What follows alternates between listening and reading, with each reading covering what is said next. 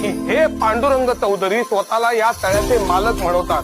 हे म्हणतात की हे तळ वैयक्तिक आहे.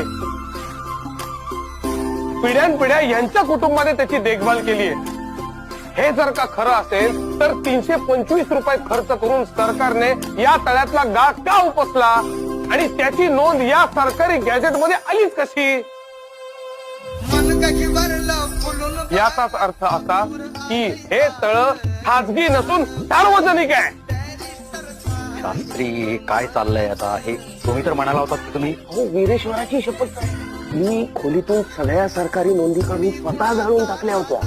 महाडच्या 14 तळ्यात यापुढे अस्पृश्यांना कायदेशीर रीतीने पाणी पिण्यास व तळ्यातील पाणी वापरण्यास हक्क प्राप्त झालेला आहे असा निकाल कोर्ट जाहीर करत आहे.